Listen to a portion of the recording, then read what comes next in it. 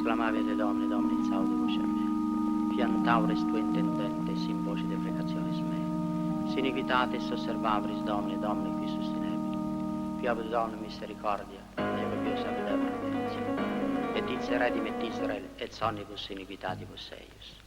Requiem aeternam dona Domine, et lux perpetua luce mea. Si iniquitatis osservabris Domine, Domine, qui sostenebili.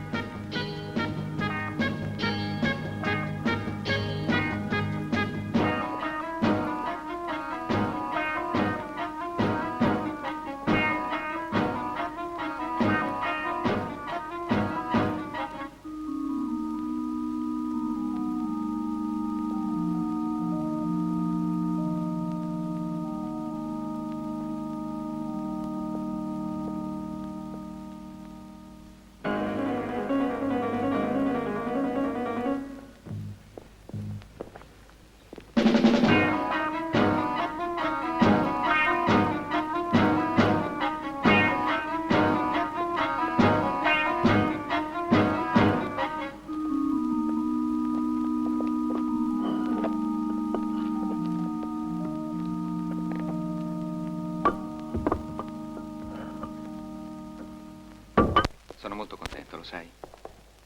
Avevo proprio voglia di vederti. Davvero.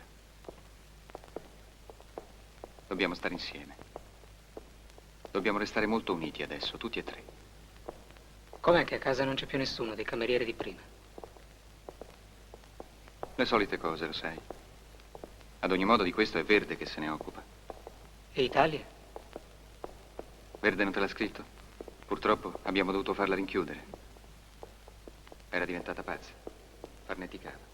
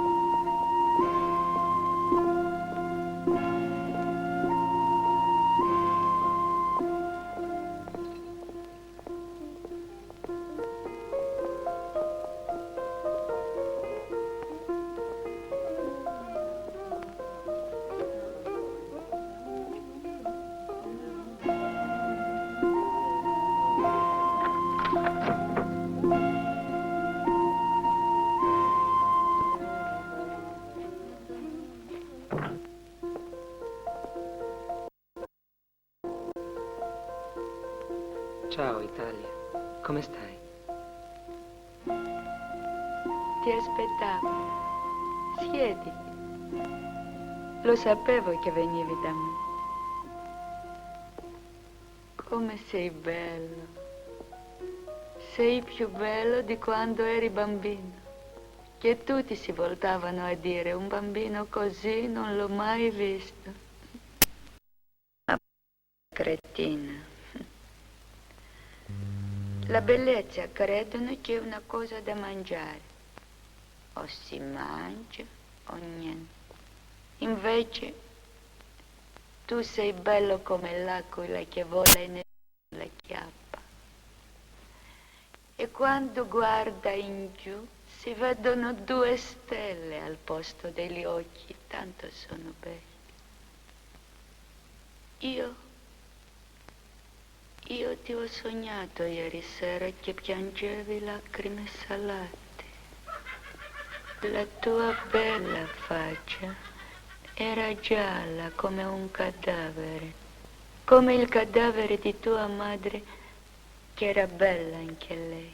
E una bambola che gli hanno girato la testa. Gli occhi li aveva dietro, anziché davanti. E dalla bocca le usciva una roba di segatura arancida. Anche tu morirai. E presto. Tu lo sai che la tua famiglia è bucata, come un lenzuolo pieno di buchi. Se non ci fosse verde, quella foglia di lattuga che ti avvelena, che non è neanche lei a volerlo, ma il destino della famiglia. Lui le chiamava che sembrava San Pietro, con una voce di formica, e lei gli portava il catino accanto al letto e lo lavava, lo insaponava, lo sciacquava. Lui piangeva di piacere e tutta la casa lo sentiva che godeva. E poi lei scendeva, era pallida come una colomba. E tutti le dicevano, povera Verde, ma perché ti rovini le mani su quello vecchio? Ma lei è sorda come un serpente, striscia per terra e ti carezza e ti unge di saliva e poi zac! Vuoi una nocciola?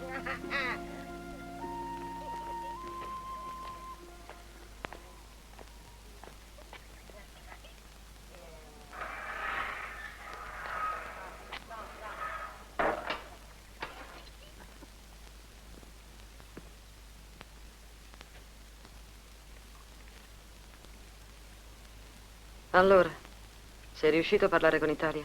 Ti ho portato un regalo da Zurigo. Grazie. Che cos'è? Che gli stavate facendo l'altra mattina? A chi? A papà. Cos'era quell'iniezione? Lo zio l'aveva lasciato scritto nel testamento. E cioè? Voleva essere sicuro di non risvegliarsi nella tomba. Quello che tu hai visto era cianuro. Me lo dai questo regalo, sì o no?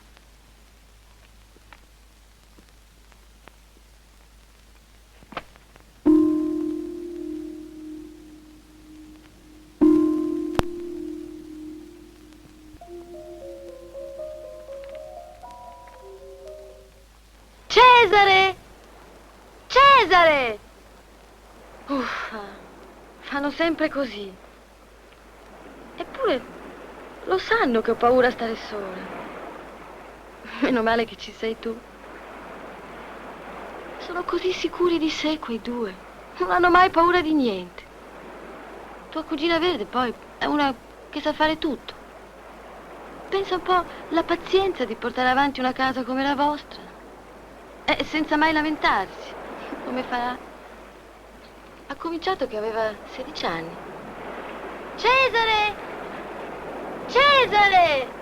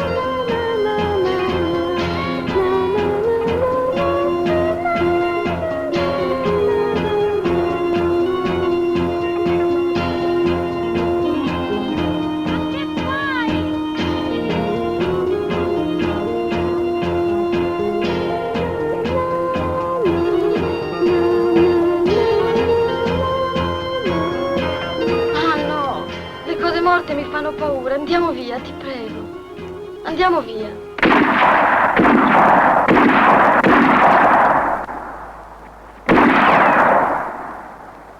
Ottavia, vieni. Non mi va. E dai. Su, vieni. Non mi va di sparare al cane. Ma sei morto da 20 anni. Non mi va lo stesso. Spara.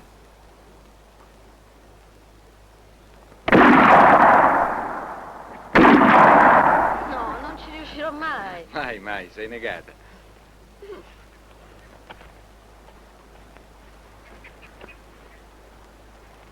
Guarda come fa lei. Ma io sparo solo per farti piacere, sai. Vedi? Bisogna puntare dritto alla testa.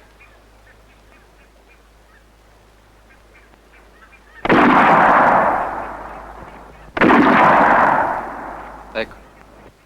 Adesso rilassati. Trattieni il respiro. Dai. Più alto l'occhio. Il dito più leggero. Io ho sparato, adesso devi sparare anche tu. Non sarai mica come una bambina, no? Inquadralo bene. Non essere così teso. Rilassati. Dai, spara. Spara! Spara!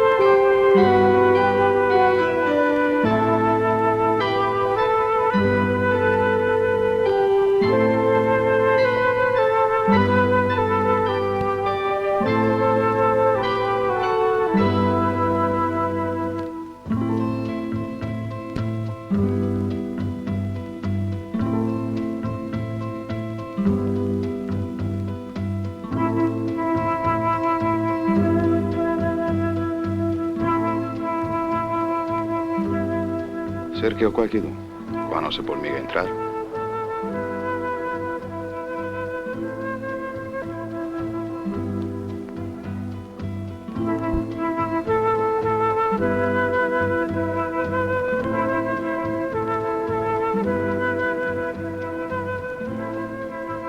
Buongiorno. Buongiorno. Scusi se la disturbo, sono 2 giorni che la cerco. Volevo parlarle di suo padre. Sì, della sua scomparsa improvvisa. Verdi, stai dormendo?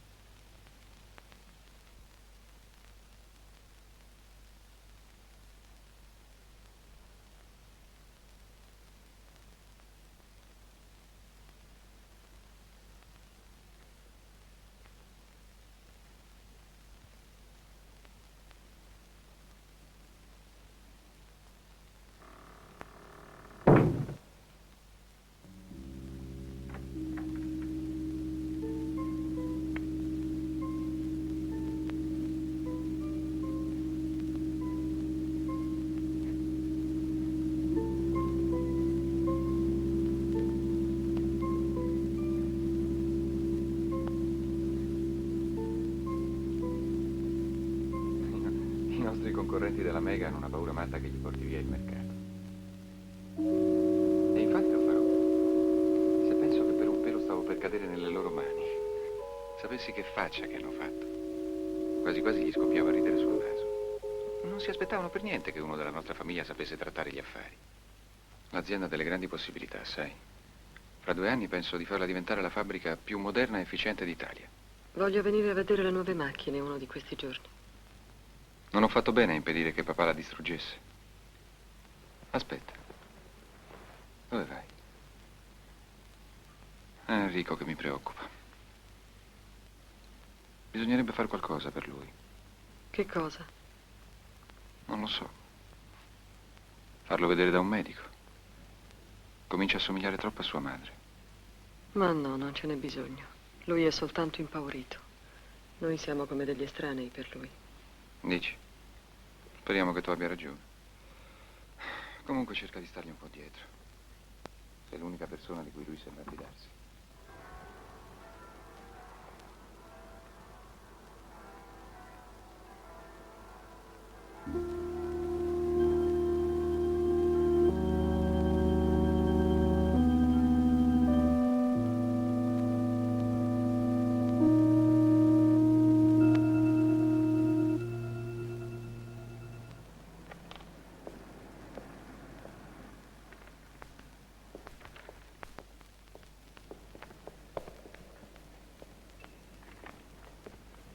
Come va?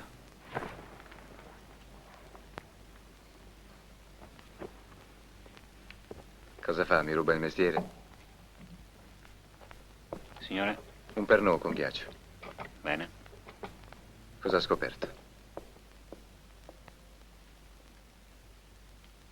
Quando ho chiesto a Verde che cos'era quell'iniezione, mi ha risposto che papà lo aveva lasciato scritto nel testamento, perché aveva paura di svegliarsi nella tomba. E quell'uomo chi era?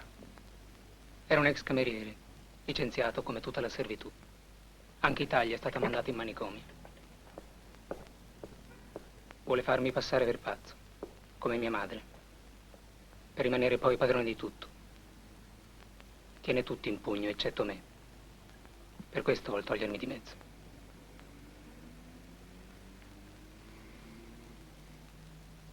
Cerchi di non essere impulsivo. Continui le sue indagini calmo, tranquillo, senza far nascere sospetti. Anzi, le dico io cosa deve fare ora.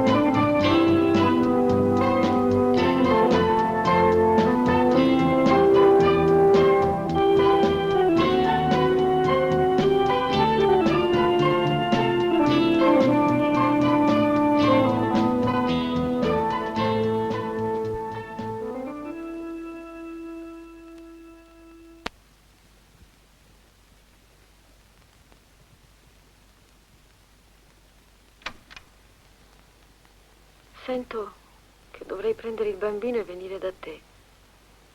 Qui l'odio è diventato insopportabile. So che mi vogliono uccidere, ma non ho il coraggio di andarmene.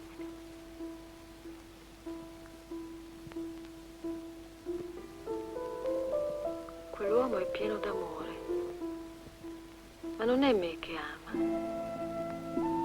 Ama la mia morte. Anche Cesare mi ama. È per questo che voleva chiudermi in un manicomio. Quel ragazzo è pieno di bontà e di saggezza. Dovrei prendere Enrico, lo so, e venire da te, che sei l'unico amico rimasto.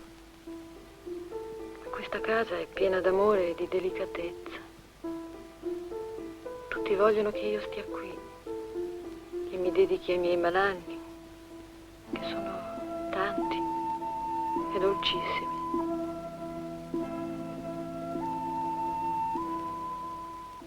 Non così.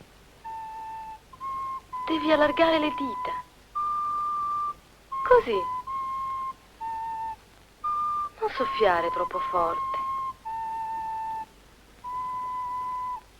Mi basta guardare la faccia bella e stregata di verde per capire cosa mi aspetta. I suoi occhi mi svegliano la mattina con dolcezza. Sono pieni di miele e di candore quegli occhi velenosi. E so che mi cercano.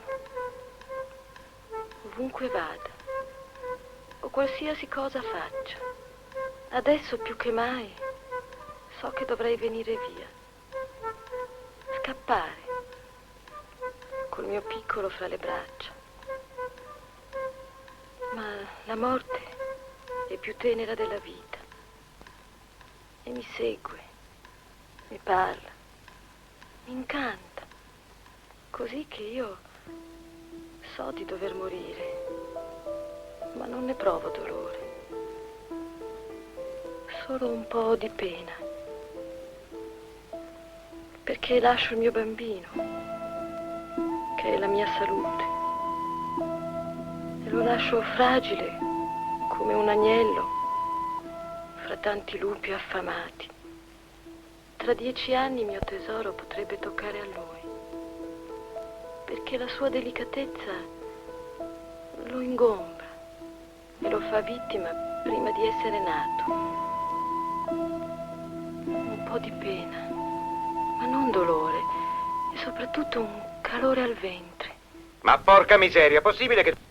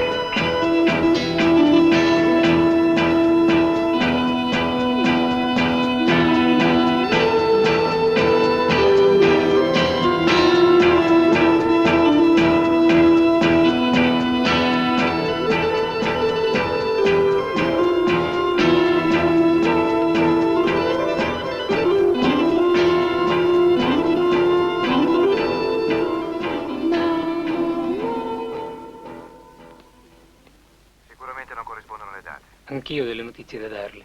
Allora ci vediamo oggi pomeriggio. Pronto? Allora, vieni con me in fabbrica? Va bene? Andiamo.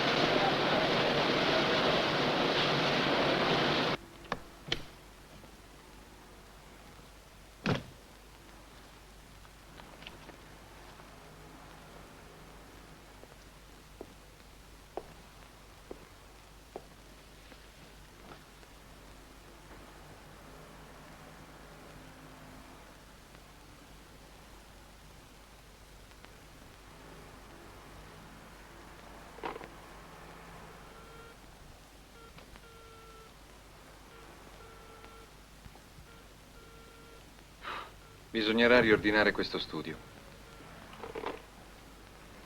Già, non aveva una gran passione per gli affari, nostro padre. Era un po' pasticcione. Guarda qui. Ho dovuto faticare molto per rimettere tutto a posto. Abbiamo passato un brutto momento, sai. Ma adesso le cose vanno meglio. Anzi, sono abbastanza soddisfatto. Senti, mi canti ancora quella canzone? Ma è una canzone stupida. Se è stupida, perché l'hai imparata? Perché la cantano tutti. Se non me la canti, ti schiaccio il piede col martello. Oh no, non farlo. Dopo come faccio a camminare? Ti porto io in braccio. Io sono forte. Sono triste. Non ho voglia di cantare. Se non me la canti, ti butto dalla finestra. Stai diventando cattivo come Cesare, maligno come Verde. Non è vero. Io ti voglio bene. Va bene, te la canto. Ma dopo mi prometti di mangiare la carne tutta quanta? Tutta tutta? Mamma, mormora la bambina,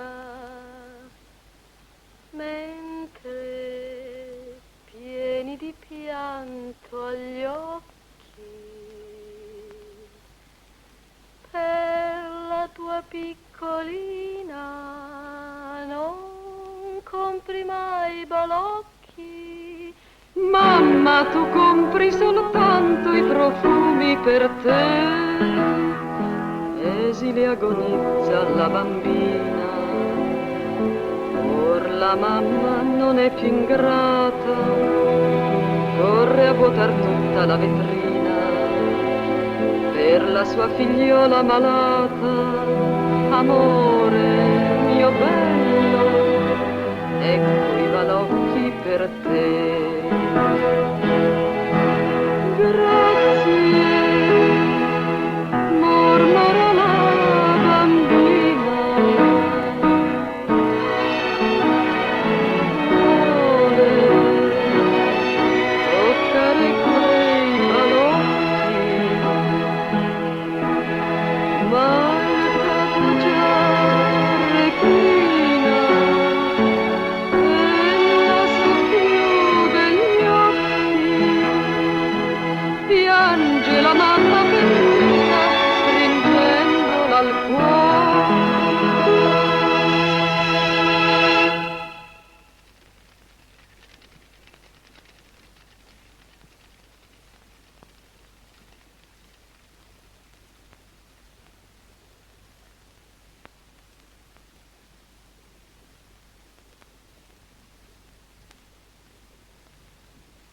Ti piace stare con me?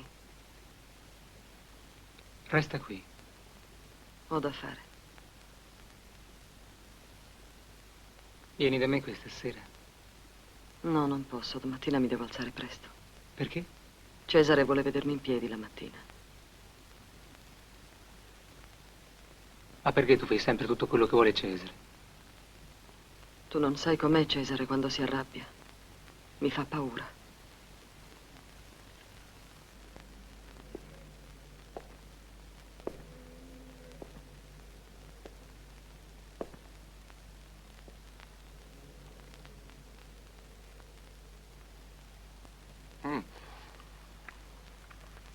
Vedo che interessano anche a lei i casi misteriosi della nostra città. La famiglia dei Merlo è una famiglia di mentecatti. Lei mi capisce? Hanno molta fortuna coi soldi, ma sono sfortunati con la vita. Ogni 10 anni ne muore uno. Si figuri, la leggenda dice che quella famiglia si porta dietro una maledizione. Lei mi capisce? Si dice addirittura che uno dei Merlo, che sono sempre stati arroganti e prepotenti, abbia sepolta viva un'intera famiglia di contadini. Pensi, per un raccolto andato a male. Lei mi capisce? Roba da matti o da gran signori. E da allora, eccoti la maledizione. Ogni 10 anni c'è un morto violento, ma la storia della famiglia Borromelli è una storia ancora più bella. Quelli hanno addirittura l'incesto nella famiglia, mi capisce? Bene. Mi vorrà scusare se verrò ancora a disturbarla. Certo, quando vuole. Sono a sua disposizione.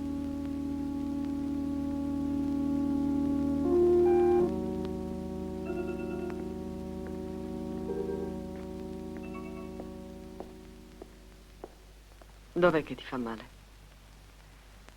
Qui. Qui. Qui. E anche qui. Non è mica possibile che tu abbia male dappertutto. Ho un male tremendo, ma tu non hai voglia di guarirmi. Non è vero. Adesso il dottore lo faccio io.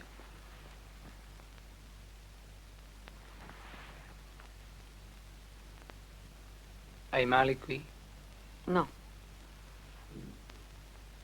Hai male qui? No. Ferma. Tu sei ammalata.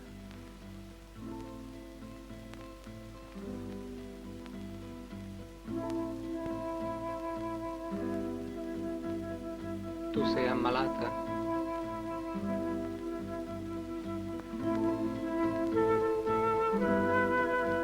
Qui. Sì, certo, dottore. Sentiamo. Sì, sei proprio ammalata. Perché ti hanno toccato delle mani macchiate di sangue innocente. Solo se sarai molto attenta e buona, io saprò guarirti.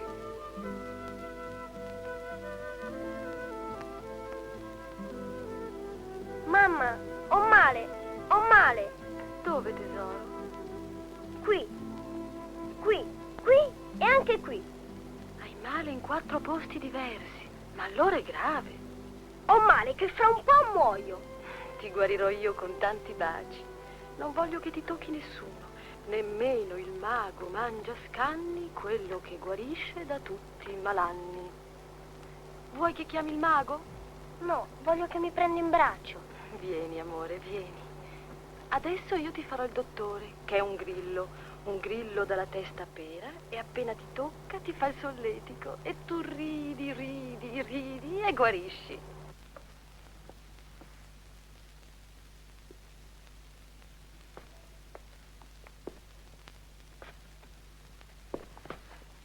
Tu dov'eri quando è morto mio padre? Ma a casa mia, dove vuoi che fossi? Cesare? Era con te anche lui? No, Cesare è come un animale selvatico. Quando è malato o preoccupato, si rintana e chi lo vede più? Soprattutto gli ultimi 2 giorni, prima della morte di tuo padre. Non l'ho visto affatto. Quando vi sposate? Il 15 del mese prossimo. Non ti ha nemmeno telefonato quando è morto papà? Sì, mi pare di notte. Che giorno era? Ma il 31 forse. No, il 2. Non è morto il 2?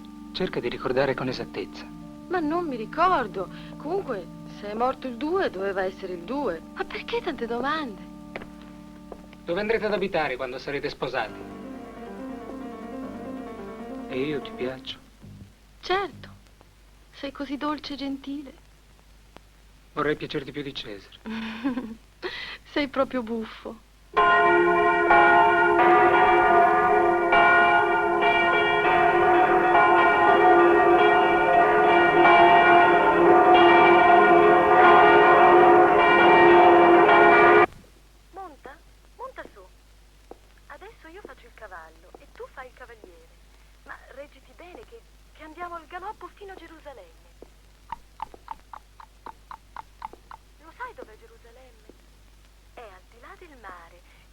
deserti e vedrai tanti bei cammelli con sopra degli arabi che si salutano. Buongiorno cavaliere, buongiorno cavaliere. Fai più presto, più presto. No, adesso andiamo un po' al passo perché il cavallo è stanco. Così.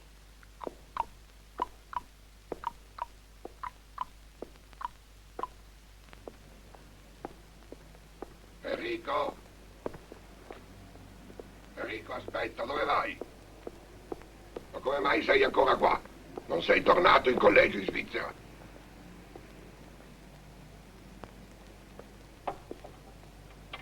Buongiorno.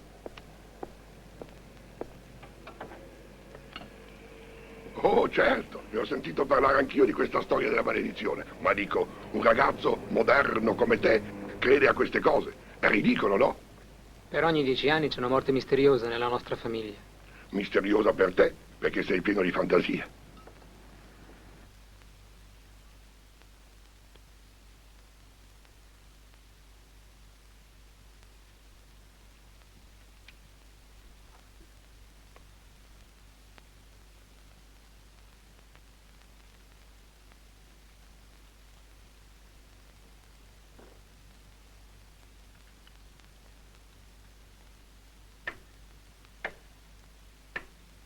A posto, signorina. A posto.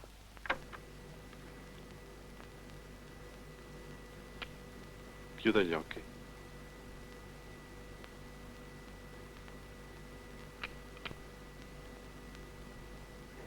Apra.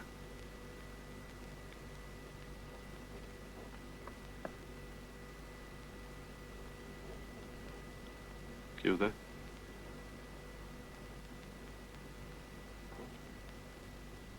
Chiuda.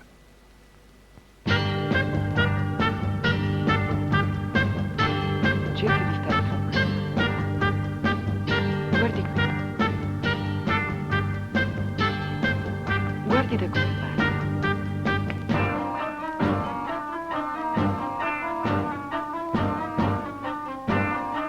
Guardi qui. Ecco, così. Respiri forte. Fondo, fondo.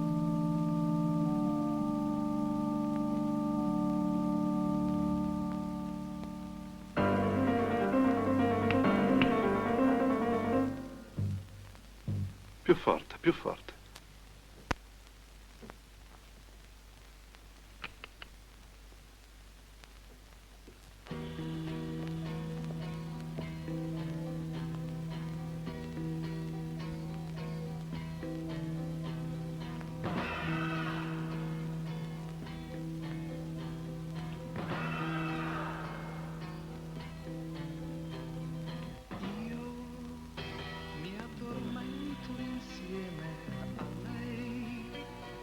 Bene, devo andare, è già tardi.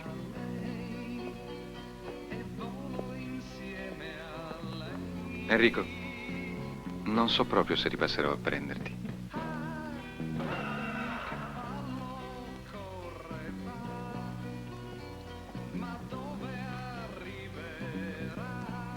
Suo fratello le vuole molto bene, mi parla sempre di lei.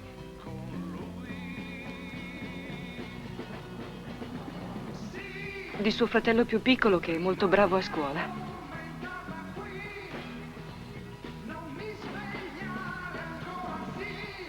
Posso offrirle qualcosa?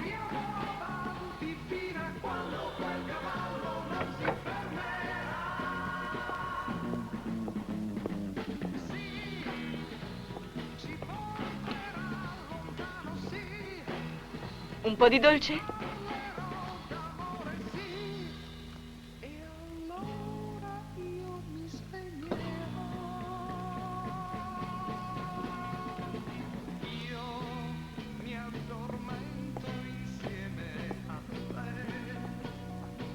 Lo vuole un martini?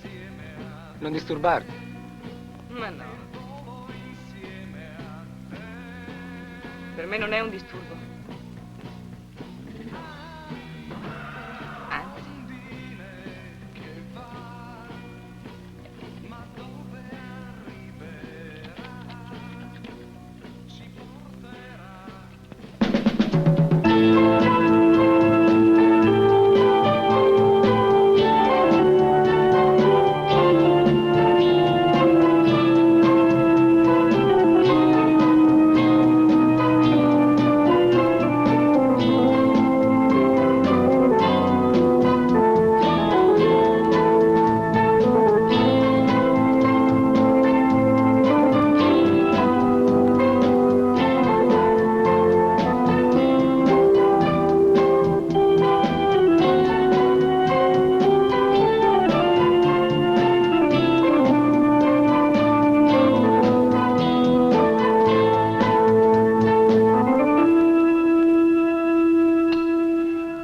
Lascia stare il Martini.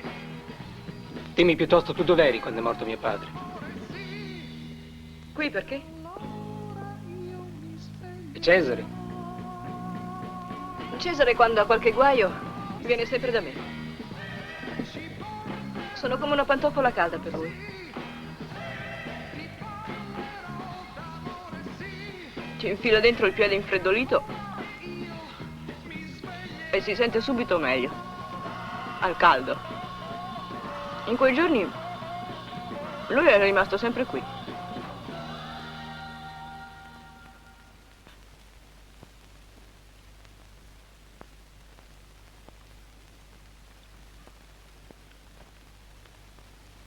È un po' uno scherzo di cattivo gusto che ci ha fatto Cesare, vero? Non so mai quello che vuole. Mi fa paura quell'uomo. Ha due occhi prepotenti e uno finisce sempre per fare quello che vuole lui. Vuoi che ci rivestiamo? Dov'è il telefono? Di sotto, vado a prendertelo. Pronto? Ottavia. Ah, stai uscendo. Meglio così. Allora prendi un taxi, vieni subito. In via dei Navigli 4. No. Immediatamente. Devo dirti una cosa importantissima. Capito? Ciao.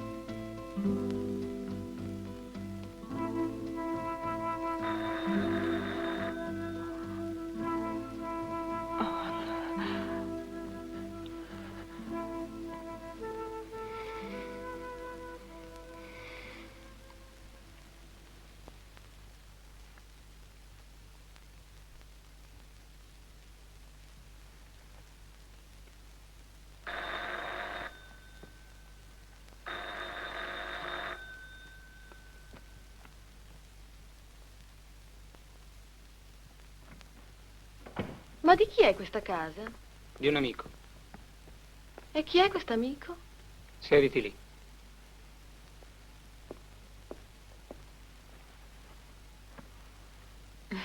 Se lo sapesse Cesare che siamo qui soli, io e te. Non farti delle idee sbagliate. Ti ho fatto venire qui per parlarti. Tu dov'eri quando è morto mio padre? Ma a Cortina, ma cosa c'entra adesso? A Cortina? Bugiarda. Ma se ti dico che... Bugiarda. Vorrei farti conoscere qualcuno che dice il contrario. Ma sai che sei buffo? Se ti dico che stavo a Cortina, perché ora dovrei dire una cosa per un'altra?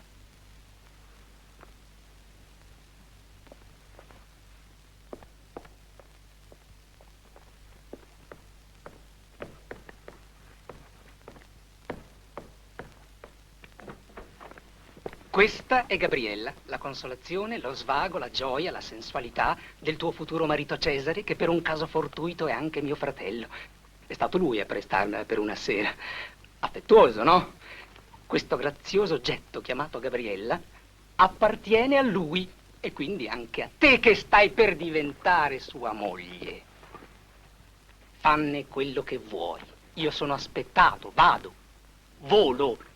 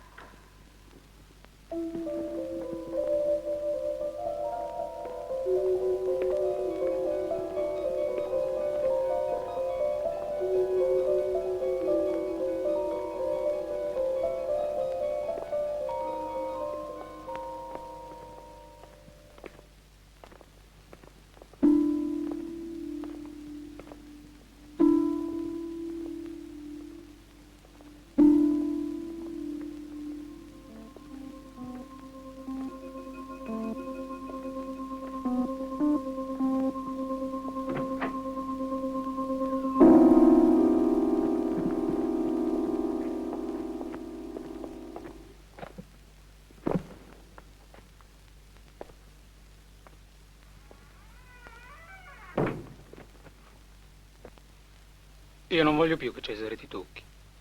Voglio che d'ora in poi tu resti sempre con me. Per il momento starai qui, al sicuro, e nessuno deve sapere dove sei. Poi partiremo, dopo che avrò sbrigato una faccenda mia. Vuoi venire via con me? Prometti che non chiami nessuno, che stai zitta e buona.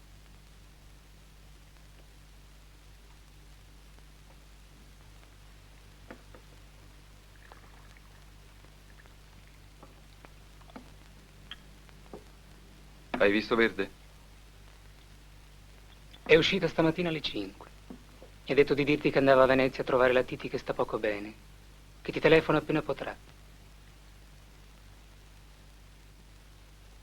Come? Non ti ha detto nient'altro? Ah, sì. Mi ha dato questo biglietto per te.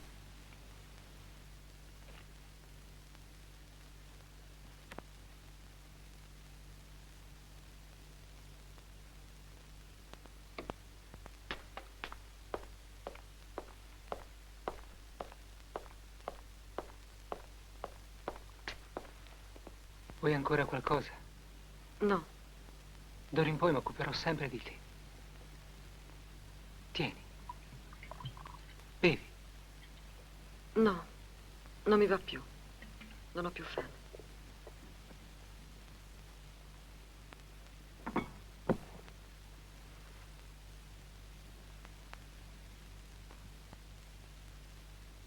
Ti piace stare con me? Sì. Dove vorresti andare? Al mare. Sì, al mare. Ci faremo costruire una casa sugli scogli. Avremo una stanza tutta di vetro e una terrazza dalla quale ci potremo buttare nell'acqua con un salto.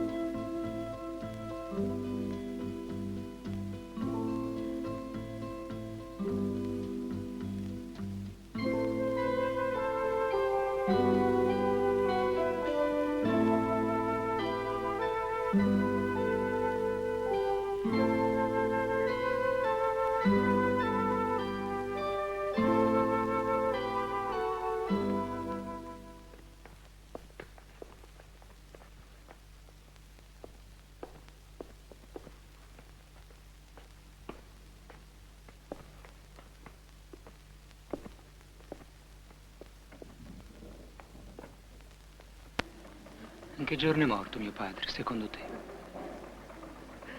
Il mio vecchio corpo stava da un'altra parte. Non ho assistito, povera mia, alla morte del leone d'Africa. Non parlare per enigmi. Dov'eri? La servitù non serve, la gioia non riscalda. Ci hanno mandato via tutti qualche giorno prima del delitto. Perché parli di delitto se non c'eri? Gli occhi delle viscere vedono meglio che due fari accesi. Ma quando è morta mia madre c'eri? Ero presente, con tutte le mie ossa rattrappite e le mie guance salate. È vero che si è suicidata? Chi muore ha sempre deciso da lungo tempo di morire. È la sua volontà che diventa fatta. Smetti di parlare in questo modo rompiscatole. Dimmi com'è morta mia madre. È morta come doveva morire, di dolore. Perché ti hanno mandato via qualche giorno prima della morte di papà? Io non so niente. La mia lingua parla da sola, ma io non so seguirla. Eppure l'altra volta mi hai detto. L'altra volta non ero io. Era un'altra Italia, senza paura. Non c'erano minacce, non c'erano coltelli. C'era solo la gioia di ritrovarti. Ma se vuoi sapere qualcosa, chiedi alla tua verde foglia di lattuga. Lei te lo dirà. Se ti hanno minacciata, devi dirmelo. È venuto Cesare a trovarti. Dimmelo. Hai paura? Povero Enrico.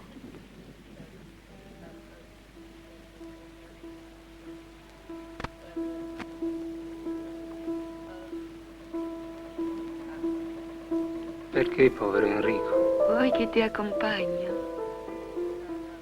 Vuoi un ombrello? Ma poi io non ce l'ho l'ombrello. Posso darti un foglio di plastica per coprirti la testa, lo vuoi? Ti sbagli. Verde non è come Cesare. Lei non c'entra niente con la morte di papà.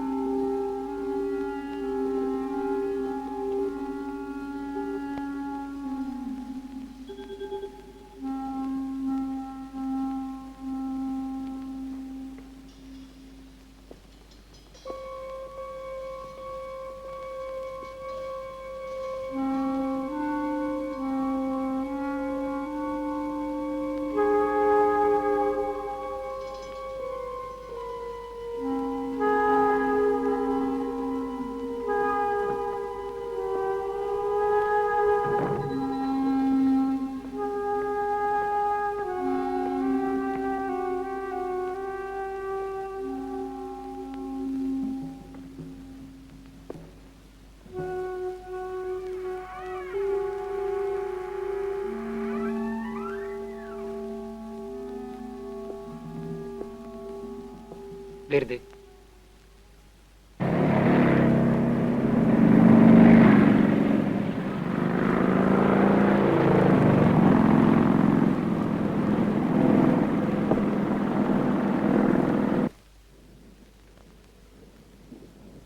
Ma no, per Verde, guardi, stia tranquillo. L'avrà fatta uscire suo fratello. La cosa importante è un'altra. È ormai sicuro che suo padre è morto 2 giorni prima della denuncia all'anagrafe. Per risolvere il problema molto dipende da quello che riuscirà a fare lei. Se è stata cambiata la data, ci deve essere un certificato medico con la data vera. Devono averlo nascosto. È troppo importante per loro.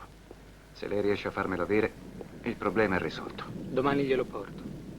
E domani suo fratello è in trappola. Lo abbiamo in mano nostra ormai.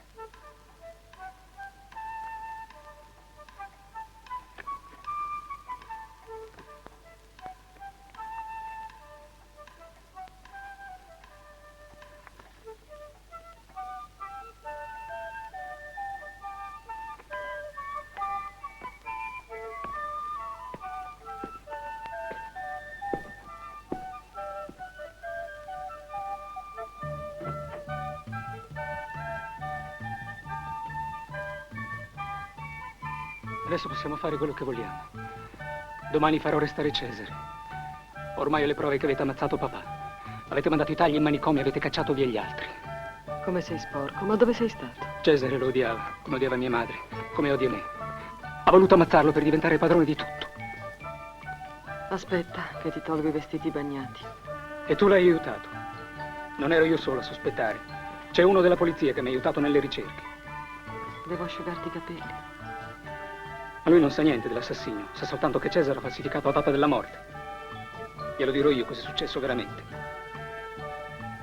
Devi dormire, devi riposare, hai la febbre. Ma dove sei stato?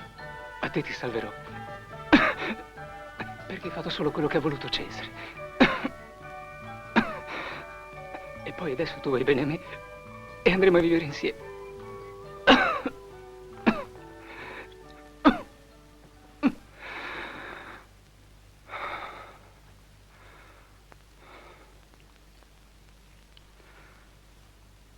Com'è che sei uscita dalla cantina? Se fossi tu con la tua forza d'amore a difendermi, io morirei dissanguata.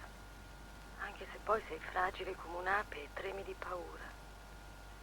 Se non ci fossi tu a proteggermi con la tua bellezza, il tuo baldanzoso essere uomo, io morirei subito affogata nell'acqua tiepida e salata che allaga questa casa, dove tutti mi odiano, senza neanche saperlo. Sei un cretino. Naturalezza. Sei un pazzo.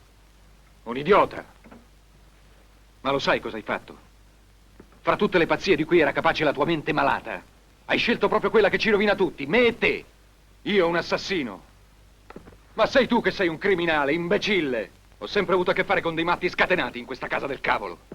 Prima con la pazza di tua madre, poi quell'incapace di tuo padre che sapeva solo correre appresso a tutte le sottane. E adesso che incominciavo a stare un po' tranquillo, arrivi tu a rimettermi nei guai fino al collo. Certo che ho dovuto nasconderla, la data esatta della morte di tuo padre. Eravamo completamente rovinati. E quelli della Mega ci portavano via tutto. Ma lo sai a chi sei andato a raccontare tutto? Lo sai chi è il tuo bel poliziotto? Una spia della Mega. E tu gli hai messo tutto in mano! Imbecille! Adesso mi ridai subito quel certificato di morte. Ridammelo. No, non te lo do.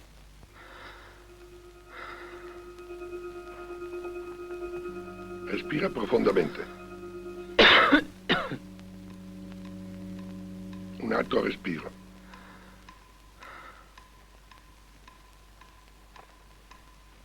Fai ancora un bel respiro. Ancora un altro.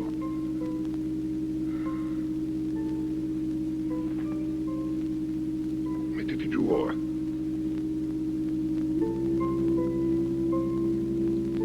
Respira bene. Ancora. Ancora un altro. Ancora.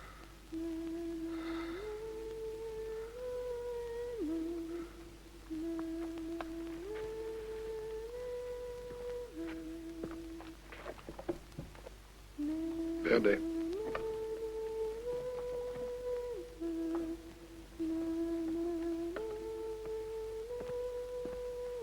Si è preso una bella polmonite.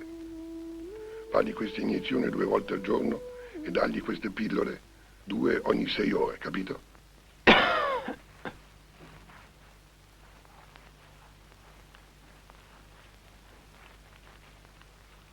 Perché hai raccontato tutto a Cesare? Perché Cesare non ha ammazzato tuo padre come tu credi. E invece di mandare in galera lui avresti messo in mezzo alla strada tutti noi. Ma tu avevi me. Che te ne importava dei soldi? Io sarei rimasto con te anche da povero. Sei un bambino dolce e gentile e io lo sai, ti voglio molto bene. Ma tornare poveri è un'altra cosa. Tu non riesci nemmeno a immaginarlo. A me non me ne importa di niente. Diventeremo poveri lo stesso. Ho deciso che dirò tutto. Consegnerò il certificato. Senti, cerca di non fare arrabbiare ancora di più Cesare. È già abbastanza esasperato.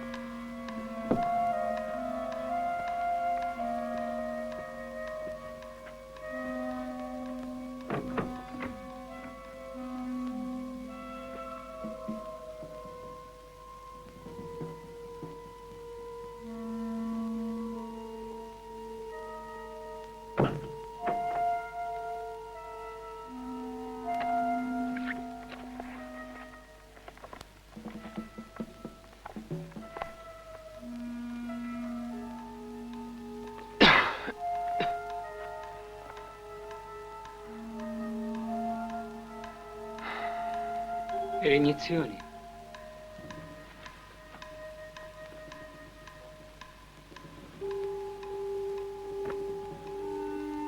Te le ho fatte? Quando? Ma come? Te ne ho fatte tante? È la febbre che ti toglie la memoria.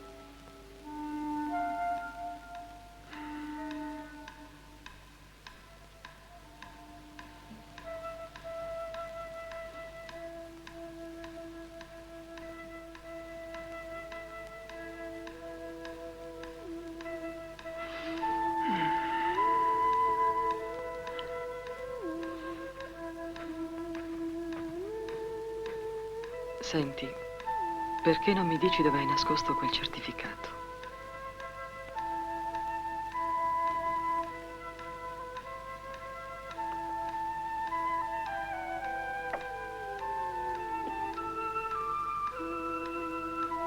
Cesare ha detto che ti farà fare un bel viaggio per rimetterti. Potresti fare il giro del mondo. E io verrò con te, se tu lo vuoi. L'iniezione.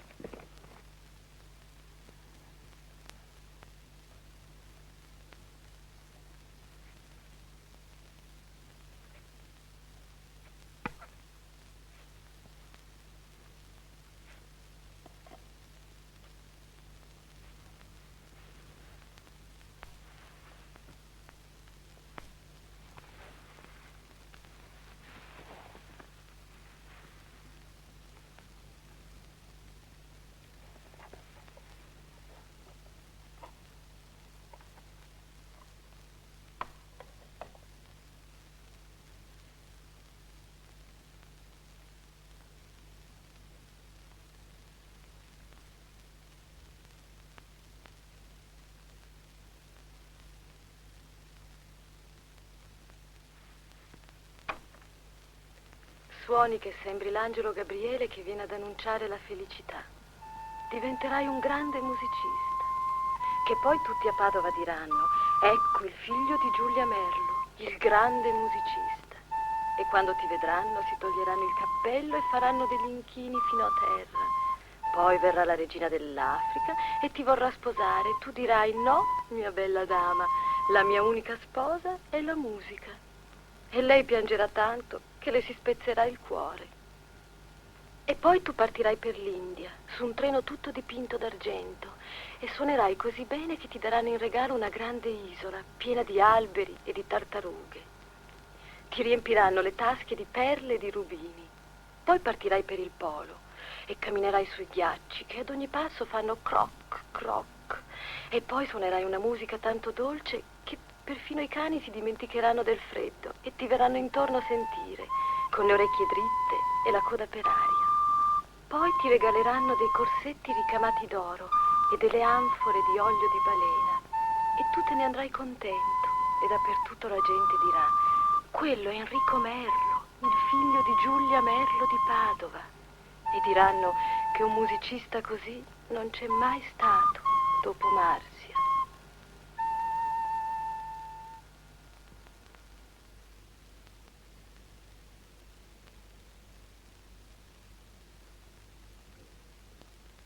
Bisogna fare qualcosa perché è grave. Le pillole, le iniezioni, io non capisco. Non capisco come non abbiano fatto nessun effetto. Bisogna fare delle analisi, bisogna cambiare terapia. Come sei pallido. Dovevamo fare tante cose insieme, noi due. Devi guarire presto.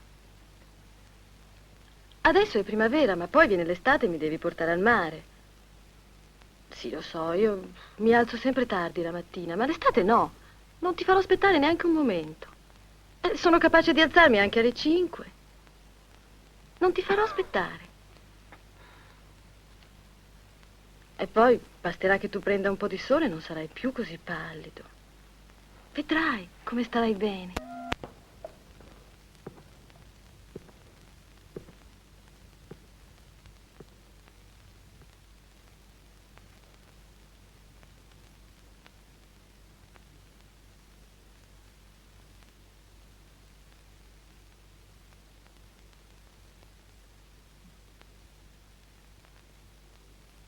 La tua testardaggine è quasi ammirevole. Se l'avessi rivolta a uno scopo politico, adesso saresti un eroe. Potevi fare tutto. Ti divertiva farmi imbestialire con il tuo comportamento da mentecatto? Con la tua sgarberia? Potevi farlo. L'hai fatto. E nessuno ti ha mai rimproverato. Volevi portarti via Verde? Potevi farlo. L'hai fatto. E non ti ho detto nemmeno una parola. Volevi giocare coi morti? Istericamente? Tormentando la povera anima di nostra madre? Potevi farlo, l'hai fatto. E non sei mai stato disturbato. Volevi far rivivere vecchie leggende senza credito? Lo potevi fare, l'hai fatto. E non t'ho mai detto nulla. Ero disposto ad accettare tutto da te. Per amor tuo. Per il bene della famiglia. Per amore di mia madre. Ero persino disposto a diventare vile e spregevole. L'unica cosa che non dovevi fare, Enrico, l'unica cosa che non potevi fare, era quella di cercare di distruggere la solidità della nostra famiglia. Questo stupido testardo capriccio non te lo posso permettere. Avrai contro me, Verde, e gli spiriti dei Merlo, tutti. Perché senza le sue radici la nostra famiglia non può sopravvivere. E tu vorresti tagliarle queste radici, costringerci a vendere la casa, andare a finire tutti sul lastrico.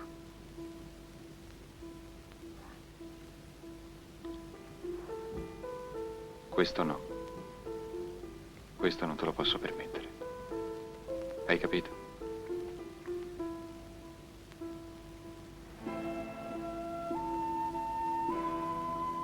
Sarebbe così bello se noi tornassimo amici, come prima. Dove hai nascosto quel certificato di morte?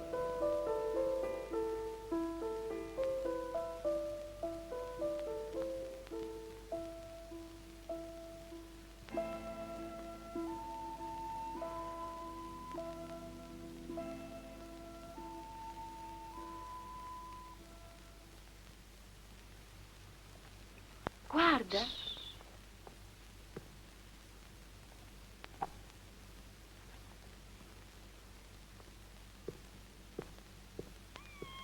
L'ho trovato. Senti com'è morbido. Sta molto male. È maschio o femmina? Ma femmina, maschio, non so. Topo, che pena. Povera Verde, rinchiusa qui dentro. Non senti che odore di chiuso che c'è?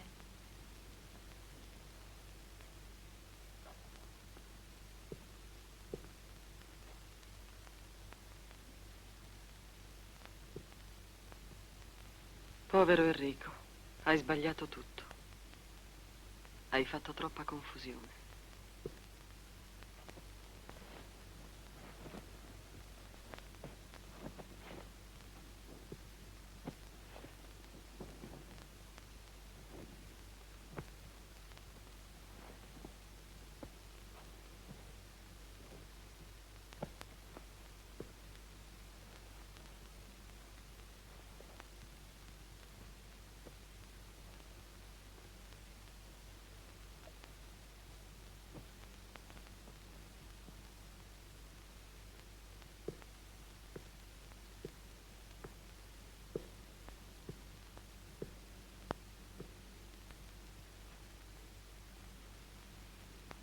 A me piaceva stare con te.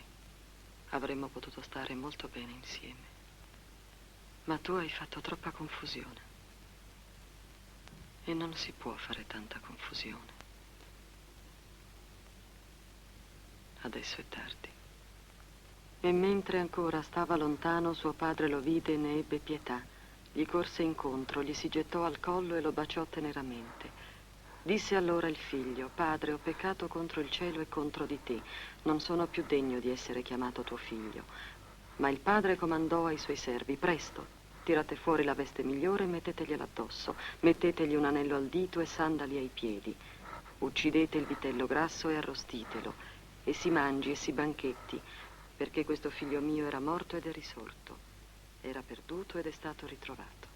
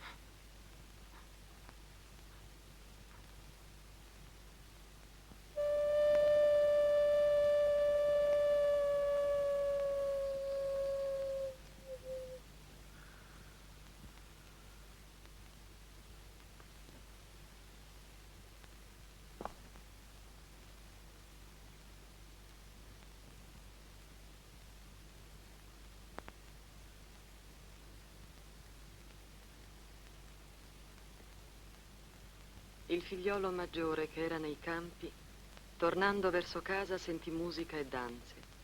Chiamato uno dei servi, domandò cosa stesse succedendo. E quello gli rispose: è tornato tuo fratello, e tuo padre ha ucciso il vitello ingrassato. Il fratello maggiore andò in collera e non voleva entrare, tanto che suo padre uscì fuori per pregarlo di entrare.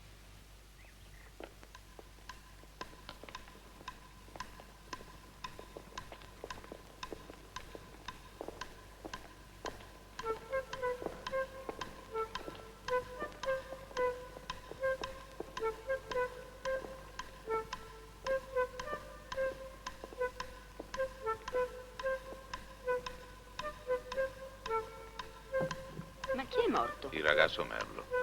Quello un po' matto, quello che stava in Svizzera? Somigliava alla madre come due gocce d'acqua. Ma la Merlo, quella che si è ammazzata 10 anni fa? Sì, lei. Ma lo sai che sono proprio oggi 10 anni?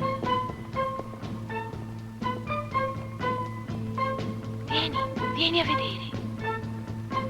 Hai visto com'è bello il figlio più grande dei Merlo? Poveretto, non c'è da invidiarlo.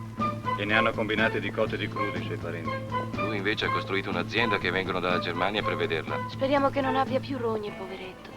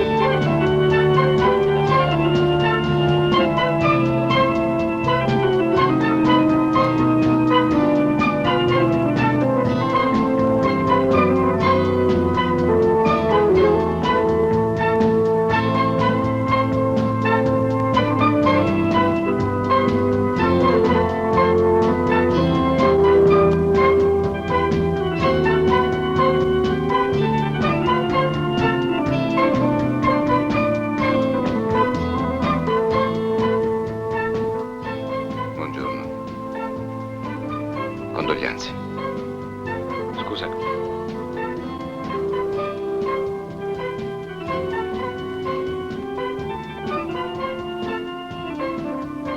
Ho ricevuto il suo assegno. Comunque, se in futuro avesse bisogno di me, la prego di considerarmi a sua disposizione. Mi telefoni quando vuole.